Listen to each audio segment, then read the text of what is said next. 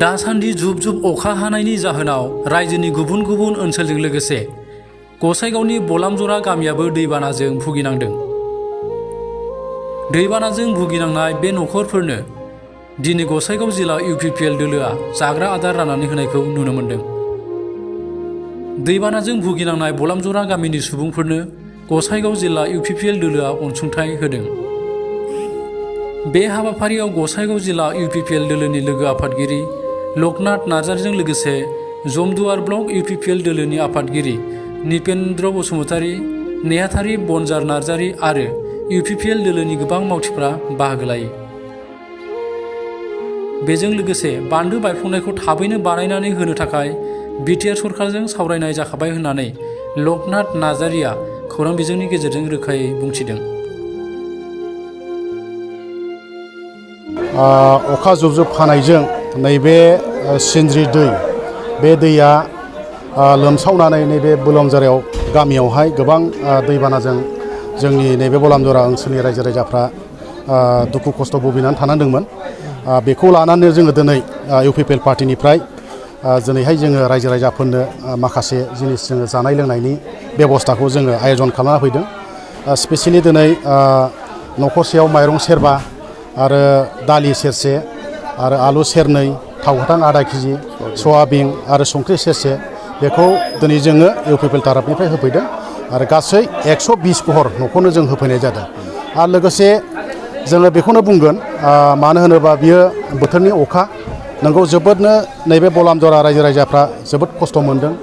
दाउ अमा फिसिनायावहाय मोसौ बोरमा खानायावहाय ओंखाम संनानै जानायाव सामब्रै सामब्रैया जोबोद खस्थ' मोनदोंमोन। आरो स्पेसियेलि नैबे जोंनि सिनज्रि जे बान्दो बे बान्दोखौ दिनै जोङो BTRनि मानगोनां चिफ सार जोङो सावरायनाय जादों। थाबैनो बेखौहाय मावनायनिबो खोथा होदों। नाथाय दा दैज्लां बोथोरखाय बहाय खामानि मावनायनि थाखाय उसुबिदा। जेब्ला दैज्लां बोथोरा थाङो बहाय मावनानै होनो थाखाय थिरांथा खाबाय। आरो स्पेसियेलि बहाय दिनै जों पार्टि तरफनिफ्रायल' नङा सरकारनि जाय बिथांमोनहा बिबान गोनां स्पेसियेलि जोंनि 1 नं LAC नि MLA मानगोनां आदा जेरम बसुमतारी बिथां, लोगोसे जोंनि BTRनि EM उकिल मोसाहारि बिथाङा वाटार रिसार्चनिबो EM बिथांमोनहा दाख्लै बावैसोनिफ्रायनो बिथांमोनहा भिजिट खालामफैदों, नायफैदों। आरो बेबायदिनो जोंबो सेन्ट्रेल जिल्ला आरो ब्लक प्राइमारि जेसेबांनाखि जोंनि दलनि वार्कारफोर दङ बे लोमजानाय रायजो राजाफोरखौ जोङो जेरैबायदि समस्याखौ समाधान खालामनो हायो बेखौ जोङो सिन्था धारना खालामगासिनो दङ।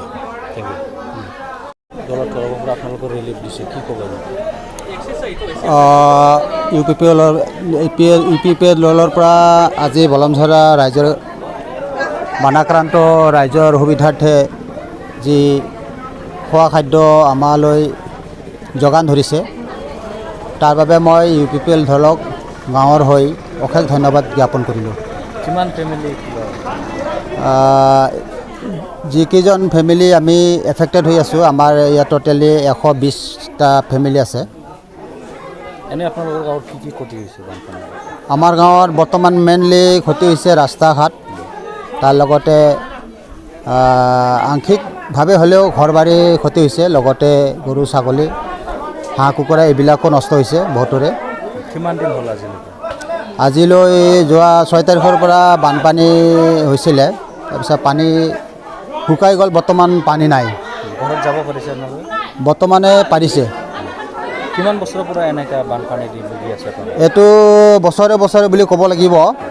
ধৰক আজিলৈ 5-6 বছৰৰ পাছত বিশেষকৈ আমি প্ৰভাৱিত হৈ আছোঁ।